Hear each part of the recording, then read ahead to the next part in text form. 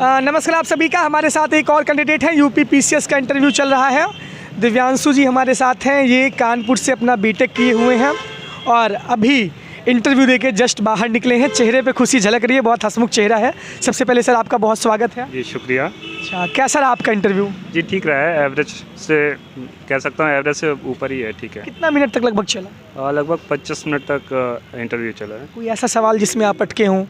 एक क्वेश्चन था, एनालिटिकली था, तो क्वेश्चन उन्होंने मतलब पूरा पूछा नहीं था, तो मैं आंसर करने लगा, तो फिर उन्होंने पूरा पूछा तो हो गया था, कोई इशू हो गया था।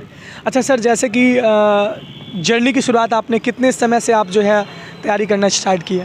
जी मुझे लग रहा है मैंने 2-3 साल हो गया मुझे तैयारी करते हुए। कोचिंग आपने की थी कि नहीं? कोचिंग नहीं है, सेल्फ स्टडी, सेल्फ सेंटर रहा हूँ लगभग। मीडियम है? हाँ नहीं, मीडियम मैंने हिंदी लिखा है। वैसे मैंने पढ़ा पहले इंग्लिश में ही था, लेकिन जो पेपर दिया मैंने हिंदी में दिया है। क्या वजह थी कि आप पढ़े इंग्लिश में और हिंदी में पेपर दिया? मैंने टेस्ट सीरीज़ जब लिख रहा था मेंस की, तो हिंदी में रिव्यू अच्छा आ रहा था, तो फिर हिंदी में मैंने ये कैरी ऑन हिंदी रखा। में ही आपने कैरी ऑन किया। अच्छा सर, स्टैंडर्ड बुक में आपने क्या क्या फॉलो किया था? स्टैंडर्ड बुक जो रहती है, जैसे हिस्ट्री के लिए, मॉडर्न हिस्ट्री के लिए स्पेक्ट्रम पढ़ा था, और पॉलिटी के लिए लक्ष्मीकांत। कितनी बार लक्ष्मीकांत आपने पढ़ी थी? बाहर से नहीं था मैं, मतलब मुझे जब लगता था कि नहीं आ रही हैं चीज़ें, तो मैं फिर से रिवाइज पूरा कर लेता था, कोई वो नहीं। एनसीईआरटी सर आपने पढ़ी थी कि नहीं पढ़ी थी? जी मैं झूठ के बोलूं, मैंने एनसीईआरटी नहीं पढ़ी है। नहीं है, सिलेक्शन पाना है तो एनसीईआरटी सर ने नहीं पढ़ी थी, ये मिथ आप अपने हिसाब से छोड़ दीजिए। नहीं ऐसा नहीं है, लेकिन बाकी चीज़ें मैंने ठीक से पढ़ी, तो इसलिए कॉन्सेप्ट क्लियर थे मेरे, तो इसलिए मुझे एनसीईआरटी पढ़ने की ज़रूरत नहीं पड़ी, क्योंकि मैंने पहले ही शायद जो बुक्स थी बड़ी बड़ी मैंने वो ले लिया, कोचिंग वगैरह के मटेरियल से, नोट से मैंने चीज़ें समझ ली थी, तो मुझे लगा फिर ज़रूरत नहीं है मुझे। अभी प्रीलिम्स ने, आप इसके पहले भी प्रीलिम्स दिए थे और अभी मेंस आपका पहला आपका इंटरव्यू है, तो अभी प्रीलिम्स भी 17 मार्च से आने वाला है, तो उन एस्पिरेंट के लिए कुछ स्ट्रैटेजी बताइए जो अभी तैयारी 2 महीने संभवतः बचे हुए हैं, तो क्या ऐसा वो करें? अभी 2 महीने पहले से क्या, कितने घंटे पढ़ें, क्या क्या बुक लें? घंटे पढ़ने से नहीं, आप पहले तो टेस्ट सीरीज़ देना शुरू करिए और टेस्ट सीरीज़ को एनालाइज करिए कि जो क्वेश्चन गलत हो रहे हैं क्यों गलत हो रहे हैं, किस सेगमेंट के आपके गलत हो रहे हैं, आपने क्या सोच के उसे टिक करा था। तो आप जब एनालाइज करोगे तो चीज़ें अपने आप रिजॉल्व होने लगती हैं। और मेरे साथ घंटे पढ़ने से नहीं होता, आप जितना प्रोडक्टिव होकर पढ़ेंगे उतना आपके काम आ जाएगा। आप कितना देर पढ़ते थे? अब टाइमिंग तो ऐसा नहीं है, लेकिन हाँ मतलब जब मन भर जाता था तो मैं उठ जाता था, बाकी मैं पढ़ लेता था ठीक ठाक। अच्छा, मतलब ठीक ठाक का मतलब कितना देर? ठीक ठाक पढ़ लेते, तब उसमें क्या है कि भाई जिसकी जितनी कैपेसिटी आप उतना पढ़ सकते। सर कैपेसिटी बताइए। मैं लगभग 6 घंटे तक पढ़ लेता हूँ आराम से। 6 घंटे? हाँ। अच्छा सर, मतलब अभी पेपर 5 और 6 के लिए आपने क्या किया था? कहाँ से स्टडी मटेरियल आपने, क्योंकि इस बार थोड़ा नया था?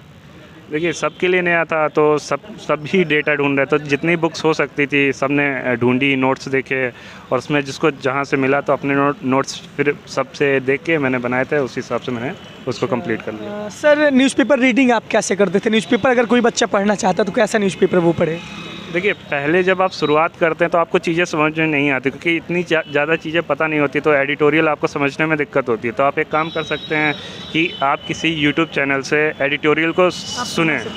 आप कहाँ से पढ़ते थे? जी मैंने ओनली IAS एक चैनल है, मैंने उनसे एडिटोरियल पढ़ना सीखा था। मैंने लगभग उनका बहुत टाइम से मैं फॉलो कर रहा था। तो एडिटोरियल का जब आपकी हैबिट पड़ जाती है तो उसके बाद आप कोई भी न्यूज़पेपर पढ़ेंगे आपको अच्छे से समझ में आता है। अच्छा मतलब, अच्छा एडिटोरियल पढ़ने के साथ नोट्स भी बनाते थे आपकी कॉपी में?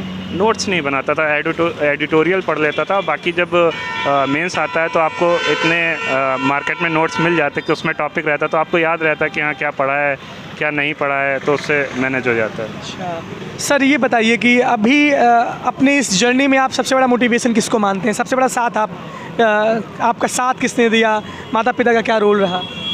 सबसे बड़ा साथ मेरी दीदी का रहा है, उसमें मेरे दोस्तों का भी रहा है। ऑब्वियस है, मेरे परिवार ने, मेरी मम्मी ने बहुत साथ दिया है इस चीज़ में, तो मैं उनका आभार व्यक्त करता हूँ।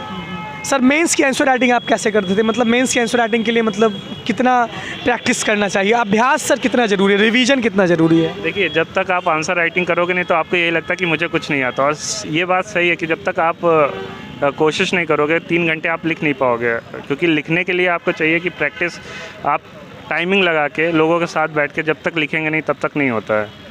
उसके बाद आप जब लिखना शुरू करेंगे टेस्ट सीरीज़ में तो अपने आप आंसर अच्छे आने लगेंगे। 1 बार 2 बार 3 बार ख़राब आता है, उसके बाद फ्लो आ जाता है आपको। अच्छा, ग्रुप स्टडी भी आप करते थे? ग्रुप स्टडी नहीं, हाँ मैंने एक दोस्त था रूम पार्टनर, उसके साथ पढ़ा हुआ है और बढ़िया से पढ़ा, दोनों लोग हम अच्छे से पढ़ते थे। उनका भी सिलेक्शन हुआ है क्या? उनका बाई चांस नहीं हो पाया, उनका भी बहुत अच्छा मेंस था जबकि, तब भी इस बार नहीं हो पाया, बहुत दुख लगता है इस बात को लेकर। चलिए, उनका भविष्य में हो भी जाएगा, हो सकता है कि कुछ भगवान इंतजार तो छप्पर फाड़ के देता है।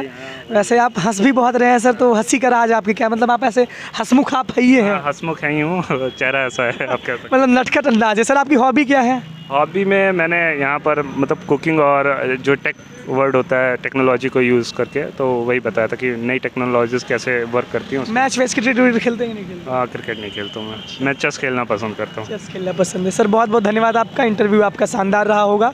उम्मीद करते हैं कि आपका सिलेक्शन इस बार ज़रूर हो। शुक्रिया। Thank you.